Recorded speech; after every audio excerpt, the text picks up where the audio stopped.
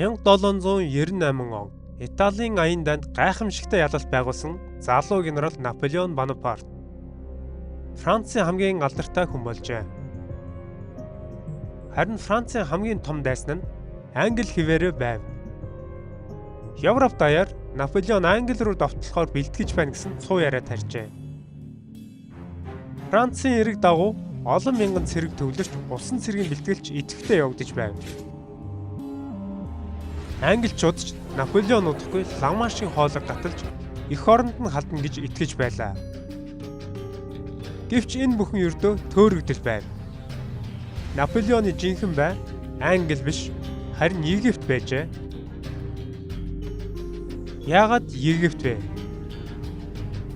1797 онд Италийн аян данд ялалт байгуулсан Наполеон Францын ард түмний нүдэнд баатар болж хувирсан байлаа. Гэвч Англи болон Франц хэдэн зууны турш дайсагнасан хэвээр байв. Францчууд их газарт хүчрхэг айрамтай байсан ч далайд Английн хааны флотыг дийлэхгүй байлаа. Наполеон Англиг шууд довтлох нь маш эрсдэлтэй гэж үзжээ.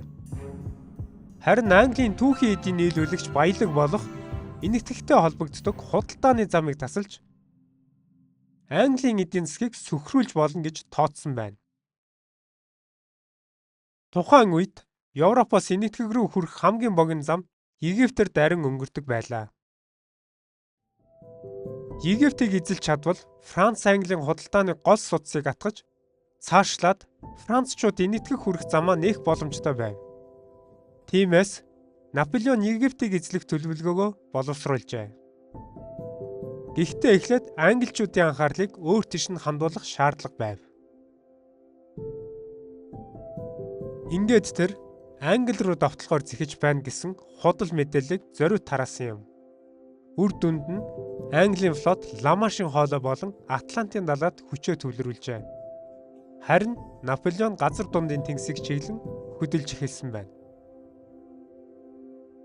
Малтыг эзэлсэн нь 1798 оны 100 Францын аврах том флот далайд гарчээ. Замдаа Наполеон Малт арлд ямар ч саадгүй хөрөв. Энэ арал нь олон зууны турш гигэн Йоханны рицаруудын мэдэл байсан бөгөөд газар дундын тэнгисийн хамгийн чухал түшиц газар байлаа. Малтын арал Францын армийг эсвэргүүцэж чадсангүй.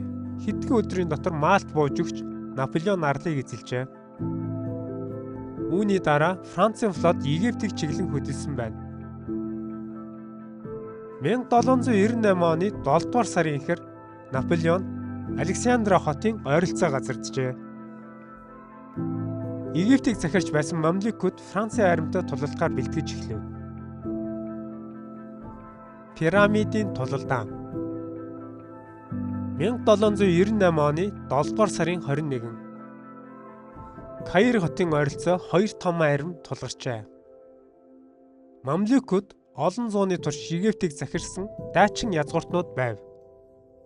Тэдний морин цэрэг маш алдартай байсан бөгөөд тансаг хуйг дуулаг, хурдан морд, мөрөө сэлмэрээ дэлхийд нэрд гарсан байлаа. Тэд өөрсдөө ялагдшгүй гэж үздэг байв. Харин Наполеон армийнхаа явган цэргийг дөрвөлжлэн хамгаалалтын барилалд оруулж булан бүрт нь их буу байрлуулжээ. Мамлюкуудын морин цэрэг олон удаа дайрсан ч Францын бууны галд өртөж сүрч эхлэв. Тулааны өмнө Наполеон цэргүүдтэй хандан "Цэргүүдээ, эдгээр пирамидын ойроогоос 40 зууны түүх та нарыг харж байна" хэмээн хэлсэн байдаг. Худалгүй мамлюкууд буц цохигдож Францын арми Каир хотыг эзлэн авчээ. Гэвч Наполеоны ялалт удаан үргэлжилсэнгүй. Наполеон ба эрдэмтэд Наполеон зөвхөн цэргүүд авч ирээгүй байлаа. Тэрээр 160 гаруй эрдэмтэд, инженерүүд, одон орон судлаачид, байгаль судлаач, зураач нарыг дагуулan иржээ. Тэд Египтийн түүх, соёл, сүм хийд, ургамал амьтны аймгийг судалж эхэлсэн байна. Францчууд Египтэд хэвлэх үйлдвэр байгуулж, шинжлэх ухааны хүрээлэн хүртэл байгуулжээ. 1799 онд Францын цэргүүд Розетто чулууг олсон нь хожим нь эртний Египтийн иероглиф бичгийг тайлах түлхүүр болсон юм. Ингэснээр орчин үеийн Египт судлалын үндэс тавигдсан байдаг. Гэвч Наполеоныг илүү том асуудал хүлээж байлаа. Нельсоны цохилт. Английн адмирал Хорацио Нельсон Францын флотыг хэдэн 7 хоногийн турш хайж байв. Эцэст нь 1798 оны 8 дугаар сарын 1-нд Абукүрийн буланд Францын хөлөг онгоцуудыг олжээ. Шөнө босон тулалдаанд англичууд Францын флотыг хоёр талаас нь давталсан байна. Францын хамгийн том хөлөг болох L'Orient их хэмжээний дартайгаа хамт дэлбэрч шөнийн тэнгэрийг гэрэлтүүлжээ. Тулаан дуусахад Францын флот бараг бүрэн устсан байв. Ингээд Наполеон Египтэд гацжээ. Түүний арим Европоос бүрэн тусгаарлагдсан байв. Харин Османы эзэнт гүрэн Францын эсрэг дайн зарлав. Сир рүү хийсэн аян дайн. 1799 онд Наполеон Османы хүчийг бут цохихын тулд Сирийг чиглэн хөтлөжээ. Тэрээр Газа, Яфа хотуудыг эзлэн авч чадсан байна. Гэвч Яфа хотод тахал өвчин дэгдэж Францын цэргүүд олноор өвдөж эхэлжээ. Өдөр бүр хэдэн 10 хүн нас барж байлаа. Гэсэн ч Наполеон цааш давшин Акка цайзыг бүслэв. Английн усан цэргийн офицер Сидней Смит Османы хамгаалагчдад тусламж өгүүлж байсан тул Францчууд олон удаагийн дарилтаарч хэрмэг нэвтэлж чадсангүй. Өвчин, үлсгэлэн, халуун цаг үеийн хит халалт, Османы эсэргүүцэл, Английн флотын дэмжлэг бүгд нийлээд Францын армийг сүхрүүлжээ. 2 сар үргэлжилсэн бүслэлтийн эцэст Наполеон ухрахаас өөр аргагүй болов. Египт рүү буцаж ирснийхээ дараа Абукир дээр Османы армийг ялсан ч дайны хөв заяа аль хэдийн нэргсэн байлаа. Франц аюулд оров. Энэ хооронд Европт байдал улам хөндөрч байв. Англи, Австри, Орос, Османы эзэнт гүрэн Францын эсрэг шинэ эвсэл байгуулжээ.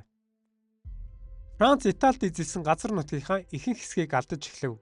Улс төрчид нь авилгалд идэгдэж, эдийн засгийн доройтож, арт түмэн нь ядуурч, хувьсгалын дараах Франц дотроосоо язарч эхэлсэн байлаа.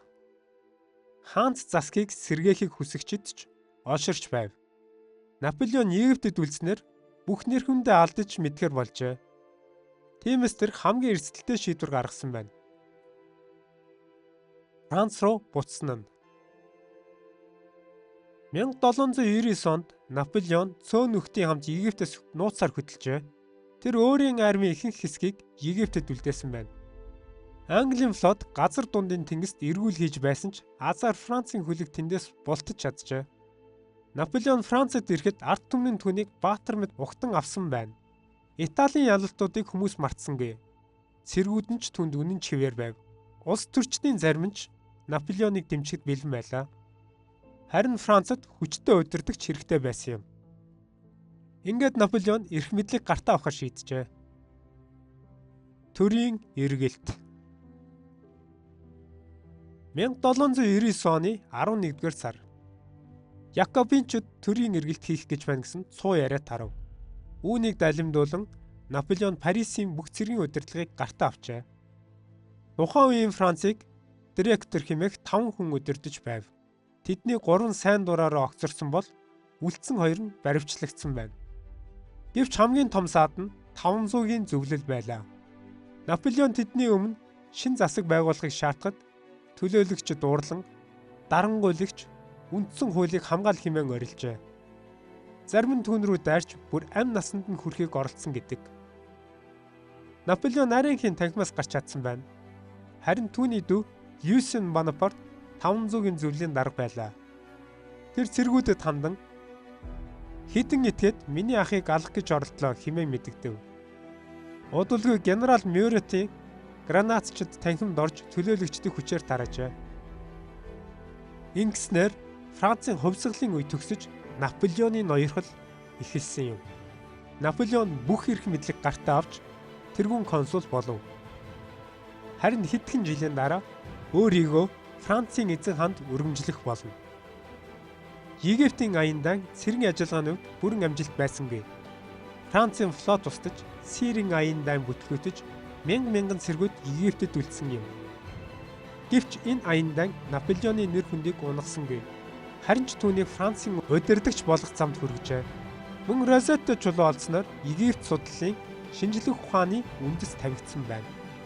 Хэв алгасан энэхүү аян дайн дэлхийн түүхэнд шин нэрнийг нээж Наполеоныг Цезарийн нэгэн адил эрх мэдлийн ойд хөтлөх болсон юм. Харин удалгүй Наполеон өөрийгөө Францын эзэн хаанд өргөмжилж Европыг бүхэлдэн донсолгох дайнууд эхлүүлэх болно.